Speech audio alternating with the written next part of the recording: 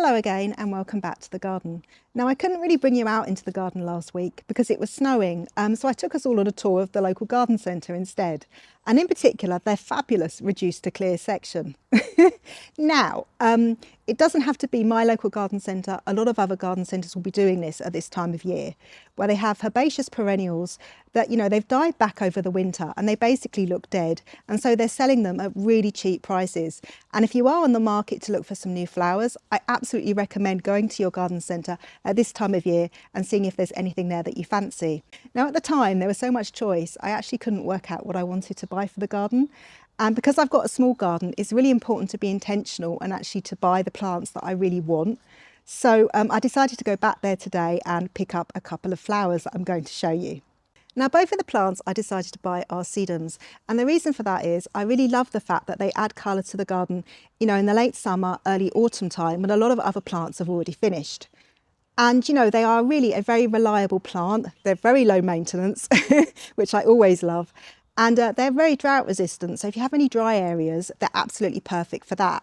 Sedums are also an amazing bee plant, especially at that time of year, as I say, when a lot of other flowers have started to finish. They're still going to be in your garden and able to provide some food and nourishment to your lovely bees. So let me show you what I've got. This is going to be quite interesting.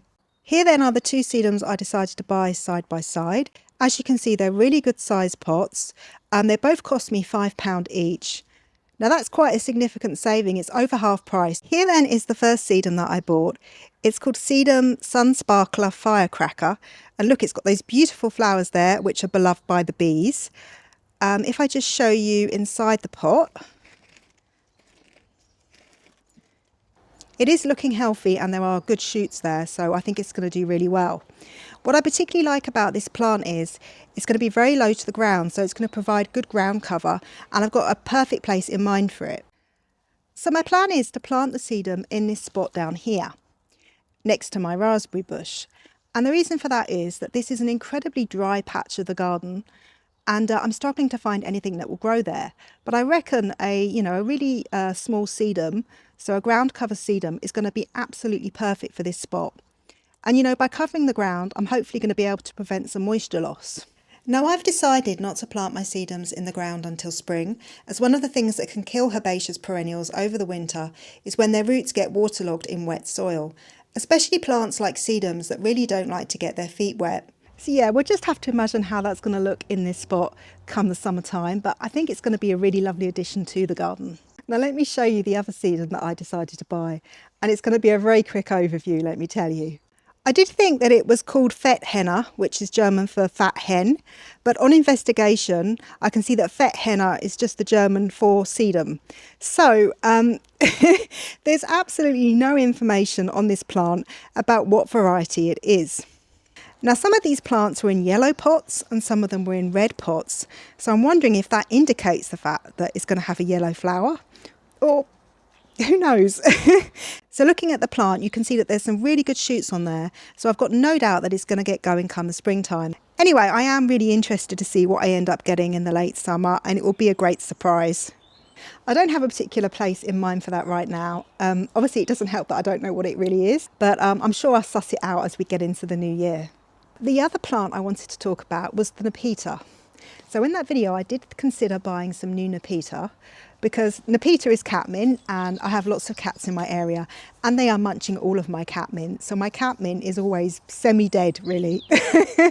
However, when I looked at my catmint, I thought maybe I can actually take some root cuttings rather than buying some new plants, so that's what I've decided to do. So let me show you what I've done. Now basically a really easy way to make some new plants from your Nepeta is to take one of the existing stems,